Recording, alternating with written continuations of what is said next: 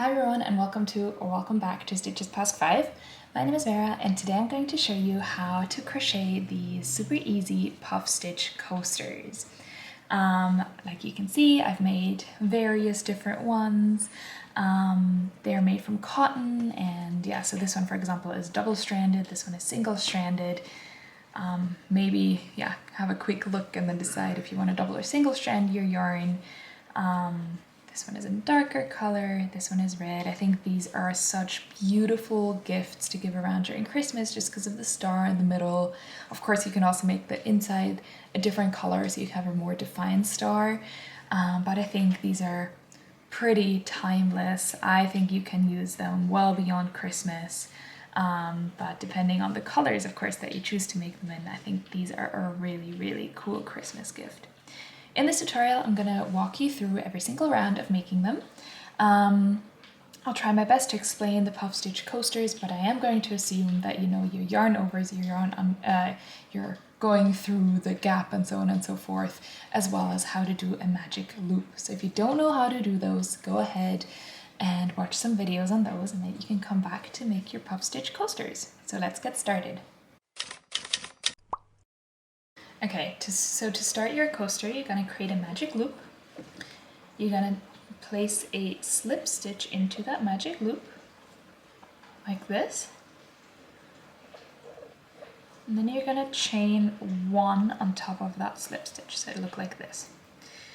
Now we're going to do 6 puff stitches into that magic loop. The way I like to do it is I like to put my fingers into it so it doesn't go anywhere, so it doesn't close on accident, or so I just feel like it's secure. So to do the puff stitch, you're going to yarn over, then you're going to go through your hole, you're going to yarn over, pull through, same thing again, yarn over, through, yarn over, pull through again. Now you have 5 loops on your hook. One more time, yarn over, through the hole, yarn over, back to the beginning, and now you have 7 loops on this hook. Now you're going to yarn over again, and now you're going to pull that through all 7 stitches. You might need to wiggle back and forth a little bit, and then it'll look like this. So that's your first puff stitch. So let's do that again. We're going to need 6 in here in total. So yarn over, through, yarn over, go in the hole, yarn over, pull through.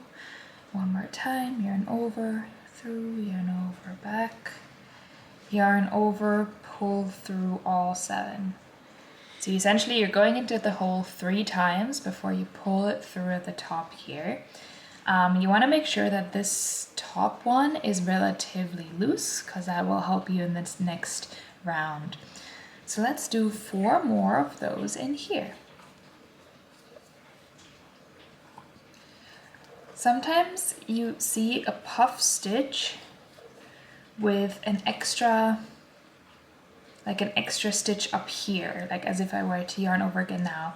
For this pattern, we're not going to do that. So you're just going to leave it until here. So here are all your loops, and then you're going to continue onto your next one. Always pull a little bit so you have a little bit more space. So now I have 4, I'm going to do 2 more.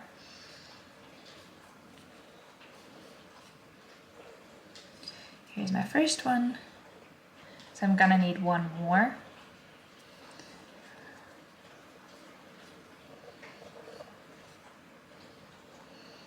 And pull through, there we go. Okay, it might look a little bit messy, but you should now have something like this. 1, 2, 3, 4, 5, 6. Now just pull your magic loop closed, and then it'll already look neater. And now you're gonna slip stitch into the first stitch from the previous round, slip stitch to close your round. So you'll have something looking like this. So from here on, I'll tell you what to do at the beginning of each round, and then I'll always tell you to meet me once you complete that round. But I'll show you the first one. So first you're gonna chain 1 and then place a stitch marker into that chain. Into the next round, until we're back at our stitch marker, we're going to place 2 puff stitches into each of the gaps between the previous round's puff stitches. So I'll show you what that looks like. So yarn over. Now you have to find the gap between your first 2 puff stitches. So you can pull them apart a little bit and then kind of go into the gap here and continue your puff stitch into this gap. There we go. I always like to pull outwards a little bit so that all these have breathing room for the yarn over to come through. I'm gonna place another puff stitch into that gap. So I'm doing a double puff stitch into each of the gaps of the previous round. So I'm gonna continue that, 2 into each gap, so that you have 12 puff stitches by the end of the round. So I'll meet you there. So here we are at the end of the second round. You can see that there's still a gap here. I'll show you how to close that. So take out your stitch marker, then you're gonna find the first stitch of the previous round again, go in there with your hook and slip stitch to close the round right here. You're gonna chain another one, put your stitch marker into that chain, and for the next round, we're going to do an alternation of a double puff stitch into the first gap and then a single puff stitch into the second gap, and alternate that all the way around. So double, single, and so on and so forth. At the end of this round, you should have 18 puff stitches in the round. So let's start together. For the first one, so I'm actually already like attached to my first gap.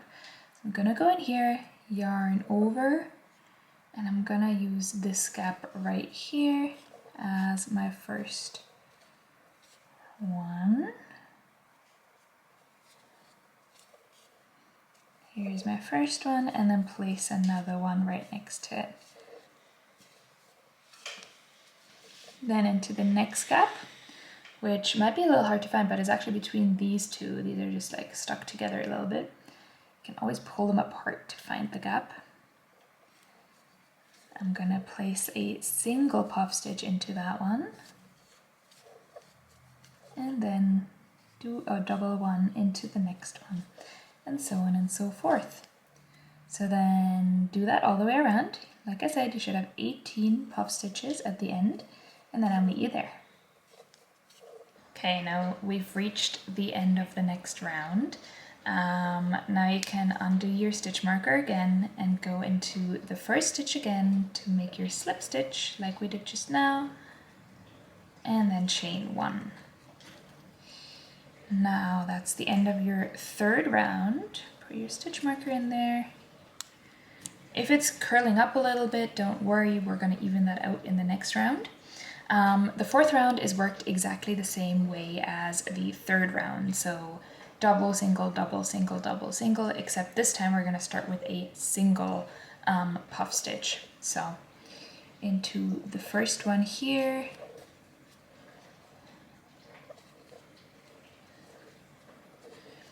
place your single puff stitch, and then into the next gap you're going to do a double puff stitch, and do that, repeat that the whole way around, and then I'll meet you there. Okay, I've reached the end of the fourth round. I think you know the drill by now. Find the last stitch, slip stitch, then 1 chain. And the fifth round, you're gonna do 2 puff stitches into the next 2 stitches, so single, single, and then do a double. So single, single, double, double, all the way around.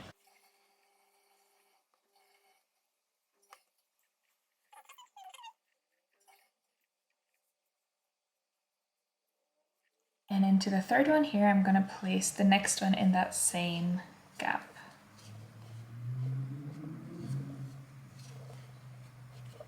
There we go.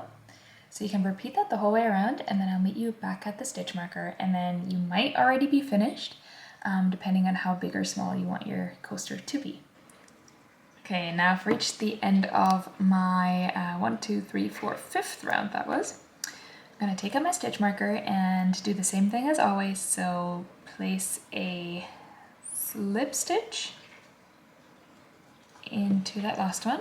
But now I'm going to cut my yarn quite generously.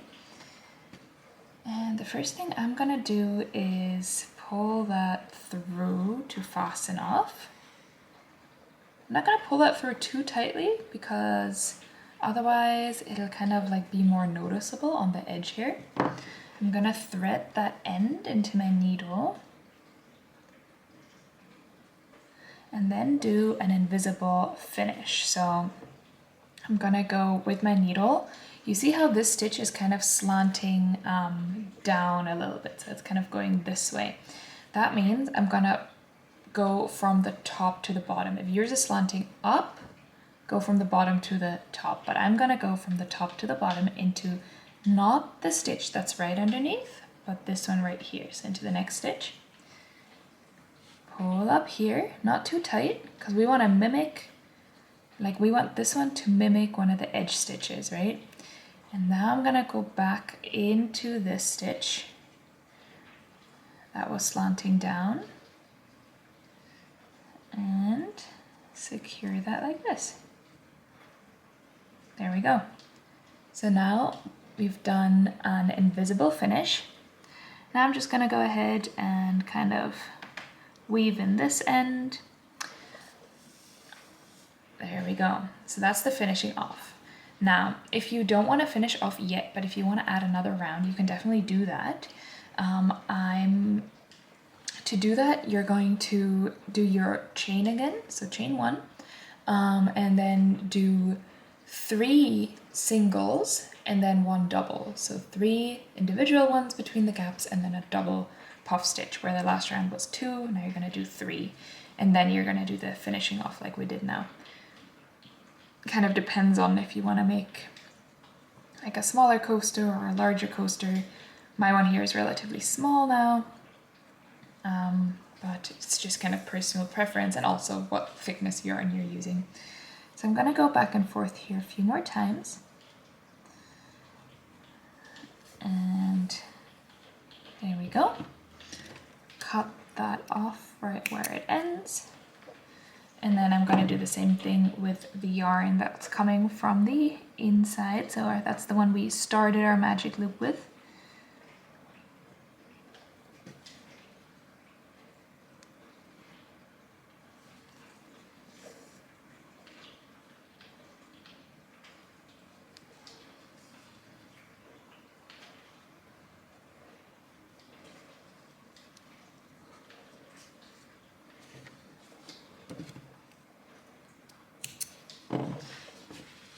Okay, so now you've made a puff stitch coaster. There we go. So I hope you enjoyed this tutorial. I hope it was okay to follow. You can see that this one here, like I used relatively thin yarn, so all the stitches are relatively defined. Of course, you can use thicker yarn, thinner hooks, just kind of play around with it, and they'll all probably look a little bit different. It should look pretty similar from the front and from the back. And yeah, I just think these are so cute and probably can be made in around 20 to 30 minutes per individual coaster, depending on how fast you can do the puff stitches. So yeah, I hope you enjoyed this video. If you did, I'd love for you to leave a comment below, like and subscribe, and yeah, take care, and I'll see you in the next one. Bye.